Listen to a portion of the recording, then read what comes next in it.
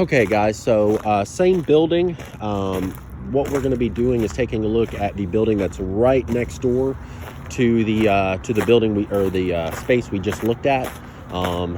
You can separate those buildings really by this column right here, even though it's one flat even plane.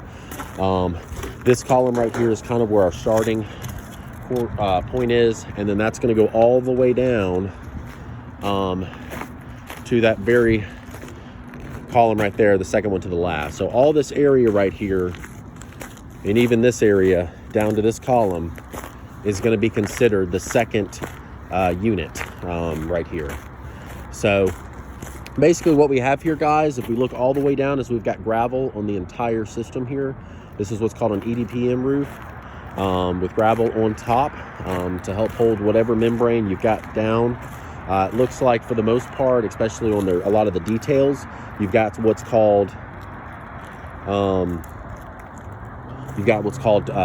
torch down roof or rolled roofing that they've put down to kind of cap this off, and then you've got a metal coping piece on top of that just to reinforce everything and to cap it off even further. Just like on the other unit, you've got where all your seams come together. Those are starting to kind of deteriorate. Obviously the paint has started to chip. You can tell that these are really, really old. So that's kind of the condition of those.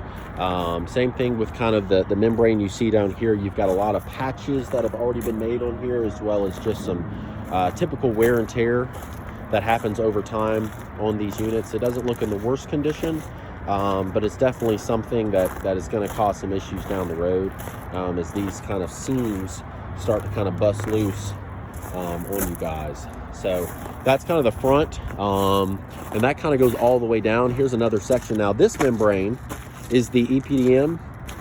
Unlike this is a smoother, more rubberized membrane, and they put that down on top of the roofing system and put this gravel on top to help weight this membrane down. And so as you guys can see, that goes all the way down here. And it looks like the roof is pitched already. So we've got a pretty good pitch going all the way down the roof. And then that terminates, I believe, into a gutter on the backside. So you've got a couple RTU units that are up here. Some looks like they've already tried to be coated and doctored up as time has kind of gone on here, as well as big patched areas just like this as I walked across. That's kind of all over the roof here on these areas. So again, just like the other unit, you've got a lot of areas where this has already been pre-patched, and they've done a pretty good job of trying to keep up with all this stuff. Again, you've got the same kind of thing, some coating. It looks like it's been wrapped around these penetrations to help maintain them. On the back side here, I just want to show you guys what's going on. We've got some posts that come up out of the roof here. We need to do a little bit better job of making sure those are wrapped at the bases. And then we've got this area back here. A lot of patches, a lot of mix mash of different material that's been put on this thing to keep it kind of maintained. You've got a lot of pipes that are just kind of freely laying on top of here, not really connected to anything. I'm sure those could probably just be taken off the roof if they're not being used. It looks like you've got 3 of them right here. And there's your gutter system on the back. So that's kind of what we've got up here, guys. These 2 roofs are separated by a small parapet wall, and they've got some gravel stop on the back side here. So it looks like, for the most part, water does drain down this way from the top. But it looks like the vast majority of it either pours down onto this slope, which then goes into the gutters, or it just kind of evaporates up here. And that's kind of the way it goes. So with all that being said, kind of the same thing, guys. In order for us to address any kind of concerns or leaks on these roofs, what we're going to have to do is get below this gravel, scoop that away, and then kind of try to find the marks. Water trails and things of that nature that would lead us to believe where the source originated from, so we can fix that. Without knowing that information, it's literally like finding a needle in a haystack up here as far as leaks are concerned.